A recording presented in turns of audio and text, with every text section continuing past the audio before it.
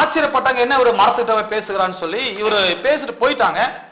மறுநாள் சாயங்கால வேலை, மறுநாள் காலையில அந்த வழியே வராங்க. அதே வழியே வரும்பொழுது பேதுரு சொன்னான், ரவி, நீர் சபித்த அத்திமரம் பட்டு போயிருக்கிறது, வேரோட பட்டு போயிருக்கிறது என்று சொன்னார். உடனே இயேசு என்ன சொன்னார்னா, அதாவது இவங்களுக்கு ஒரு இந்த விசுவாசத்தை போதிக்க வேண்டும். விசுவாசம் என்றால் என்ன, இவங்க வாயை திறந்தா இவங்க வாயின் வார்த்தையின் வல்லமை என்றால் என்ன என்பதை இவங்க கற்றுக்கொள்ள வேண்டும். அதற்கென்றே அவர் வேணும் மட்டுமே அங்க போயிட்டு அந்த மரத்தை சபிக்கிறார். அவர் மரத்துக்கிட்ட போகணும் அவசியமே கிடையாது, மரத்தை பார்த்து பேசணும்னு அவசியம் கிடையாது.